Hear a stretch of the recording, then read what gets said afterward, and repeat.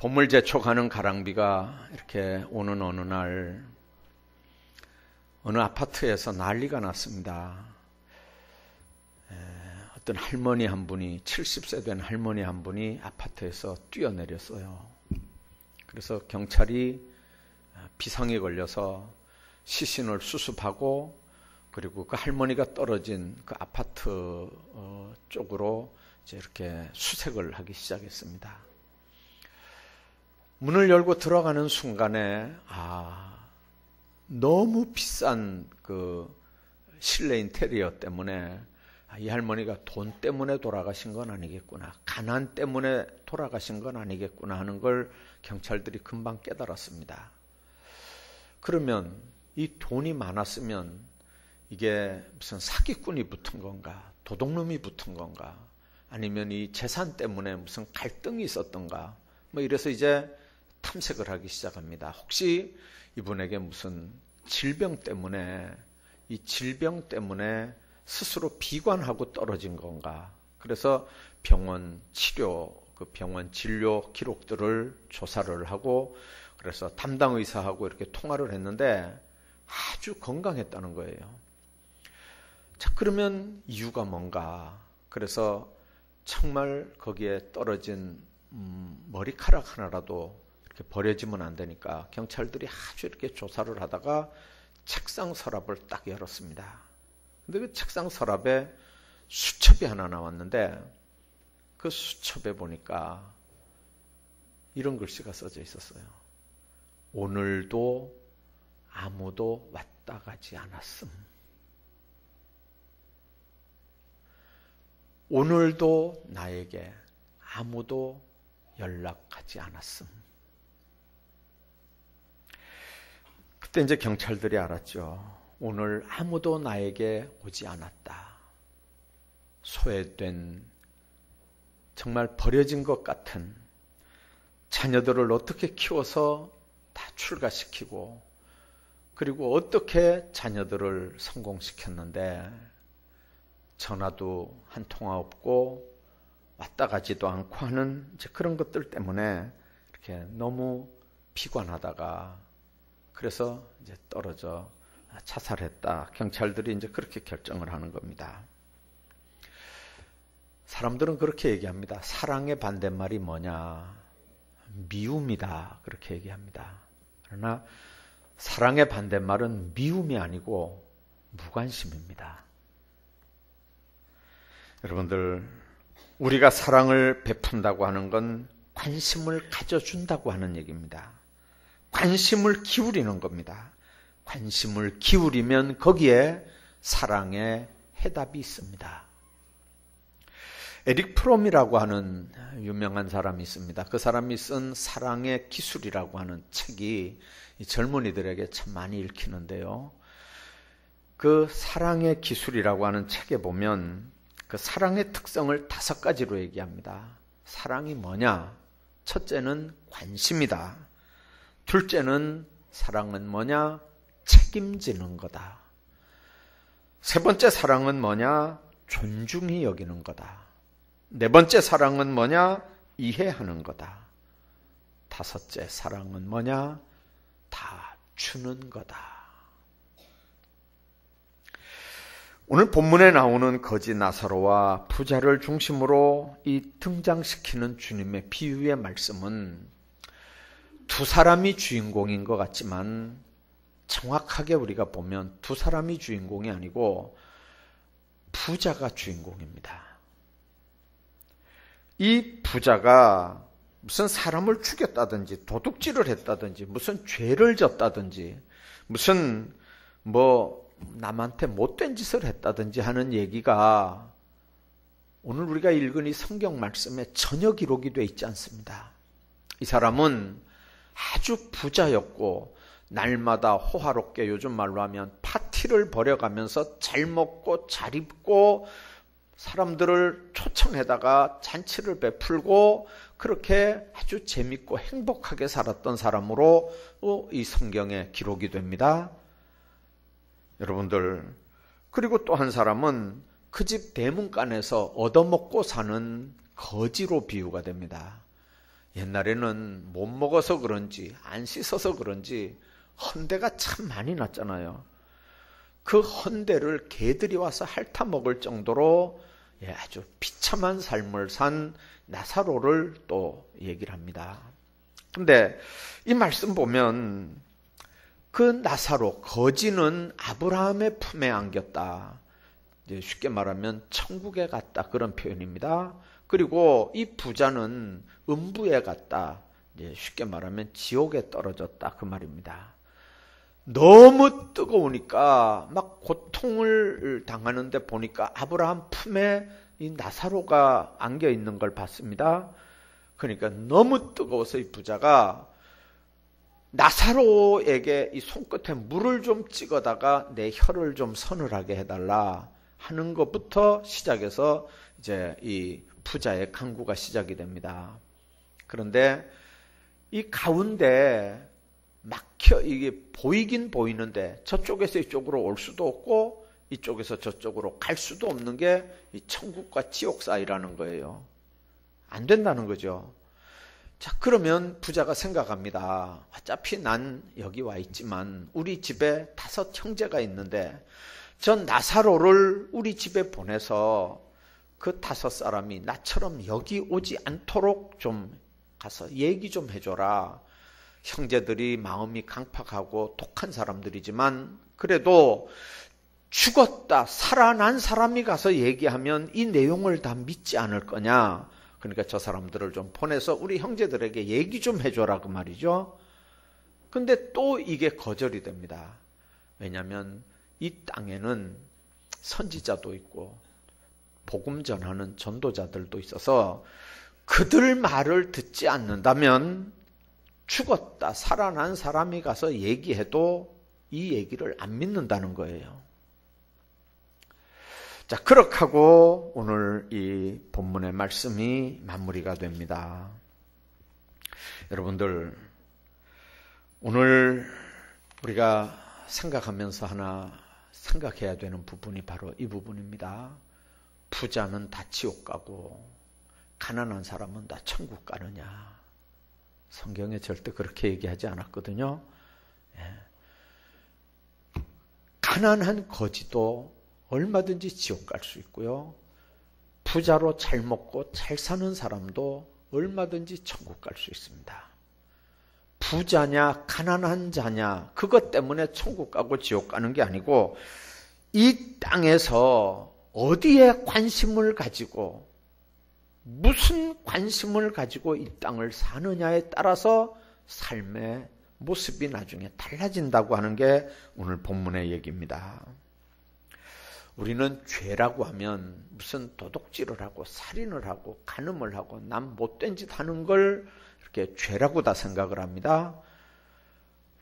그러나 오늘 여러분들 중에 자녀를 키워서 이렇게 시집도 보내고 장가도 보내고 또 연세가 이렇게 지긋하신 분들 더러 계시는데 여러분들 정말 죄가 뭐냐면 자녀들이 부모를 부모로 대접하지 않고 자녀들이 부모를 부모로 인정하지 않는 게 이 세상에서 최고 큰 죄입니다.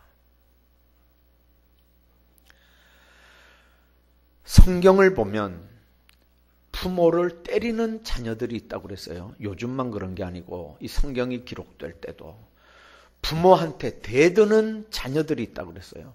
부모 명령을 거역하는 자녀들이 있다고 그랬어요. 이런 자녀들은 돌로 때려 죽이라고 그랬습니다. 그만큼 인륜의 가장 근본적인 게 자녀 입장에서는 부모를 부모로 인정하는 거예요. 자녀가 부모 인정 안 하는 것보다 이 땅에서 더 큰 죄는 없습니다. 마찬가지로 우리가 이 땅에 발을 붙이고 살고 머리를 하늘로 두고 살면서 하나님을 하나님으로 인정하지 않고 그 하나님을 하나님으로 섬기지 않는 죄는 이거보다 더 큰 죄는 세상에 없습니다. 여러분들, 이 부자가 왜 지옥을 가게 됐냐면 잘 먹고 잘 살아서 지옥 간 거 아니에요. 오늘 본문에 있는 말씀들 보면요. 19절에 그랬습니다. 자색 옷과 고운 베옷을 입었다 그랬어요. 자색 옷은 옛날에 왕이나 왕족들이 입는 옷입니다. 가는 베옷을 입었다는 말은 여러분들 그 애굽산 세마포로 만든 아주 잠자리 날개처럼 그렇게 가벼운 옷입니다. 금보다 훨씬 더 비싼 옷이 바로 이 가벼운 옷이라고 하는 이 말씀입니다. 그러니까 아주 너무너무 비싼 옷으로 둘둘 말고 그렇게 아주 잘 산 사람입니다. 그리고 날마다 호화롭게 연락을 했다 그랬으니까 아마 진귀한 음식들로 가득 차려진 상에서 아마 정복을 입은 종들 식탁 시중을 들면서 아마 많은 손님들을 초대해다가 날마다 파티를 벌이고 살았겠죠. 이 사람은 자기 배가 신입니다. 사람들을 불러다 마시고 먹고 그 사람들에게 음식 좋았습니다. 오늘 분위기 좋았습니다. 정말 초대해줘서 고맙습니다. 그 인사 듣는 게 삶의 낙입니다. 근데 여러분들 그게 죄인가요? 재산 있으니까 비싼 옷 입은 거고 재산 있으니까 잔치 베풀어서 재산 있으니까 사람들에게 나눠 먹은 게 그게 뭐 죄냐 그 말이에요. 그런데 여러분들 그 풍요와 쾌락 이건 육체의 방종과 육체의 안락과 쾌락을 가지고 와서 배가 불러지면요 부모가 안 보이고 배가 불러지면 하나님이 안 보이는 삶을 삽니다. 다 그런 건 아닌데 그런 사람들이 생긴다고 말이에요. 옛날 돈은 엽전이잖아요. 눈에다가 딱 붙여놔도 구멍이 뚫혀져서 아버지도 보이고 형제도 보이고 동네 사람도 보이고 옛날에는 돈을 갖다 눈에 딱 붙여놔도요 다 보였어요. 근데 요즘에는 갖다 딱 붙여놓으면 이게 안 보이는 거예요. 부모가 보입니까? 자식이 보입니까? 부부가 보입니까? 누가 보입니까? 아무도 안 보여요. 여러분들 그 돈은 사람만 안 보이게 하는 게 아니고 인륜만 망가지게 하는 게 아니고 그 돈은 하나님도 안 보이게 만들어요. 여러분들 이런 것 때문에 하나님과의 관계가 끊어지는 거예요. 이 부자는 그 있는 것 때문에 하나님과 관계 끊어지고 그리고 나중에 가는 길이 곧 음부였습니다. 여러분들 돈 있는 사람의 관심이 왜 먹고 마시고 진탕 노는 거에 관심이 있다면 그게 죄라는 얘기지. 그 많은 돈을 가지고 많은 사람들에게 선한 사업하고 좋은 일에 쓰고 그랬으면 왜 이 부자가 지옥에 갔겠습니까? 자, 그런데 그런 사람들에게 공통적으로 나타나는 게 이웃에 대한 무관심이에요.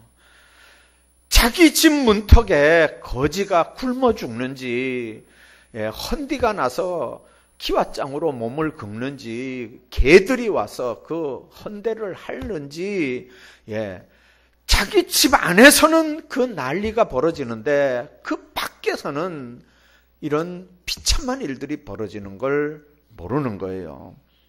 여러분들 우리 이웃이 어떤 사람들입니까?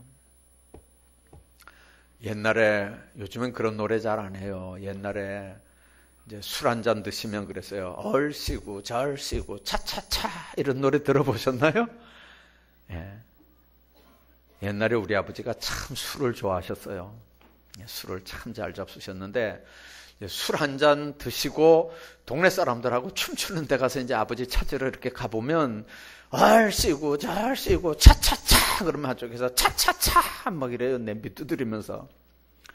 난 그게 뭔 소리인지 몰랐어요. 근데 나중에 이제 공부하면서 이렇게 보니까 그 얼씨라고 하는 게 얼씨 구한다는 구자거든요.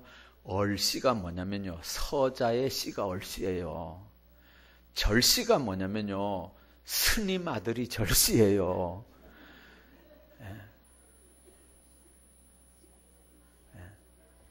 여러분들 얼씨구 절씨구 지화자 좋구나. 그 지화자라는 건 뭐냐면요, 참 밑바닥 인생이에요. 밑바닥 인생에서 졸지에 끌려가가지고 가서 군대 가가지고도 뭐 요즘 같으면 총 쏘고 이런 거 아니고 이게 뭐 무기 들어 날리고 하는 이런 거. 예. 그게 바로 졸씨예요. 예. 그게 절씨구가 아니고 졸씨구예요. 원래는 졸씨구. 그러니까 얼씨구, 졸씨구, 예. 절씨구. 서자 아들, 중 아들, 쫄대기 아들이라도 구한다 그 말이에요.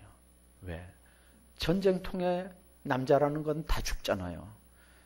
가난하니까 질병 오고 질병 중에 가난한 사람, 부자 다 죽어나가잖아요. 사람이 없잖아요. 그러니까 그런 가운데서도 서자 아들도 괜찮은 거예요. 중 아들도 괜찮은 거예요. 쫄대기 아들도 괜찮은 거예요. 요즘은 어때요? 참 마음 아픈 게 요즘에 젊은 애들이 삼포 시대를 선언하잖아요. 대학을 나와도 취직할 자리가 없어요. 그러니까 취업 포기해버리는 거예요. 먹고 살 방법이 없으니까 장가 시집 갈 방법이 없잖아요. 그러니까 결혼 포기해버리는 거예요. 어떻게 결혼한 사람은 나이 40 다 돼가지고 결혼하니까 어떻게 아기를 낳아요? 그러니까 아기 낳는 거 포기하는 거예요. 취업 포기, 결혼 포기, 아기 낳는 거 포기. 그러니까 요즘에 흙수저, 금수저 소리가 나오는 거예요. 여러분들, 오늘 우리 가운데 분명하게 기억해야 되는 게 있습니다. 예수님이 와서 물었어요. 예수님에게 어떤 청년이 와서 물었어요. 내가 뭘 해야 영생을 얻겠습니까? 네 있는 재산 팔아서 가난한 자들에게 줘라. 그리고 와서 나를 따르라. 근데 이 사람이 재산이 많아서 근심하면서 갔다고 그랬어요. 여러분들, 나 하나 편안하게 사는 거 복 아니거든요. 내가 관심을 가져주지 않으면 안 될 이웃이 있고 내 일가 친족들이 있잖아요. 그 사람들에게 내가 얼마나 무관심한가를 한번 생각하셔야 돼요. 또 하나 생각해야 되는 부분이 있습니다. 결국 우리 인생은 한번 왔으면 가야 되는 때가 있는 거예요. 예. 잘 먹고 잘 산다고 되는 게 아니고 가야 될 때가 있는 걸 알아야 돼요. 하루살이하고 메뚜기가 어느 날 재밌게 놀았대요. 메뚜기가 그랬대요. 야, 해가 지니까 내일 다시 놀자. 그러니까 하루살이가 야, 웃기는 놈이네. 내일이 뭐야? 내일이 어딨어? 그렇게 하더라는 거예요. 그 다음날 메뚜기가 제비하고 놀았대요. 실컷 놀다가 한참 놀다가 이렇게 서리가 이렇게 오니까 제비가 뭐라 그러냐면 이제 그만 놀고 내년에 다시 만나자. 나 강남 가야 된다. 그러니까 메뚜기가 미친놈 아니냐. 내년이 어딨어 내년이. 그렇게 하더라는 거예요. 하루살이 인생은 하루살이밖에 몰라요. 메뚜기는 그 해밖에 몰라요. 내년을 모릅니다. 여러분들, 잠깐 왔다가는 안개와 같고 풀잎의 이슬 같은 이 세상만 알지 영원한 사후의 세계, 죽어서 가는 그 세계를 모르고 이 땅이 다인 줄 알고 사는 인생이 불쌍한 인생들이거든요. 저는 어렸을 때 큰 이 동네 가운데 큰 마당이 있는 데서 놀았어요. 한쪽 구석에선 여학생들이 이렇게 긴 고무줄을 늘어뜨리고 무찌르자 오랑캐 몇 천만이냐 그러면서 고무줄하고 놀고 그러셨죠? 예. 또 이쪽에서는 크게 이렇게 땅을 그림을 그려놓고 사과팔이 깨진 걸 이렇게 튀기면서 땅 따먹기를 하고 놀았어요. 이거 더 따먹으려고요. 막 집게를 막 벌려가지고 막 밀고 안 된다 그러고 막 그러다가 성질 급한 녀석은 막 손을 막 밟아버리고 그렇게 하다가는 막 주먹질을 하고 막 그러면서 땅 따먹기를 했어요. 해가 뉘우쳐서 땅바닥에 금이 안 보일 때까지 그렇게 땅 따먹기를 했어요. 근데 일하러 갔던 엄마들이 이제 저녁에 오면요, 아무개야! 아무개야! 부르는 거예요. 그러면 방법 없어요. 다 내려놓고 갈 수밖에 없어요. 조금 전에 더 따먹겠다고 뭐 지우고 새로 긋고 뭐 손을 밟고 다 필요 없어요. 엄마 부르면 그날 밤에 다 들어가야 돼요. 다 들어가야 돼요. 여러분들 그게 인생이에요. 하나님 부르면 가야 되는 게 그게 인생이라고요. 뭘 했느냐, 얼마나 부자로 얼마나 명예 있게 살았느냐 전혀 문제 안 돼요. 정말 문제가 되는 건 어디에 관심을 가지고 뭘 추구하며 산 삶이냐. 하나님이 이 땅을 보낼 때 하나님의 자녀로 보냈는데 그 하나님을 인정하고 보낸 아들 예수 그리스도를 영접하고 살았느냐 아니냐, 그거 하나만 열쇠가 되는 거예요. 그게 우리 인생이에요. 아무리 도덕적으로 윤리적으로 남에게 많은 걸 베풀고 살아도 천국 열쇠는 선행이 아니고 하나님을 믿는 믿음이에요. 오늘 이 문제 때문에 여러분들을 초대했어요. 여러분들이 어떻게 세상을 사는지 모르겠어요. 그러나 때가 되면 하나님이 반드시 여러분들 부를 날이 있어요. 어떻게 부름을 받느냐에 따라서 여러분들이 아까 얘기한 나사로가 가는 곳으로 가는지 아니면 부자가 가는 곳으로 가는지 두 군데 밖에 없어요. 하나님께서 여러분들의 마음을 감동하시고 여러분들의 남은 인생들을 정말 하나님 앞에 아름답게 세워나가는 복이 있기를 주의 이름으로 축복합니다.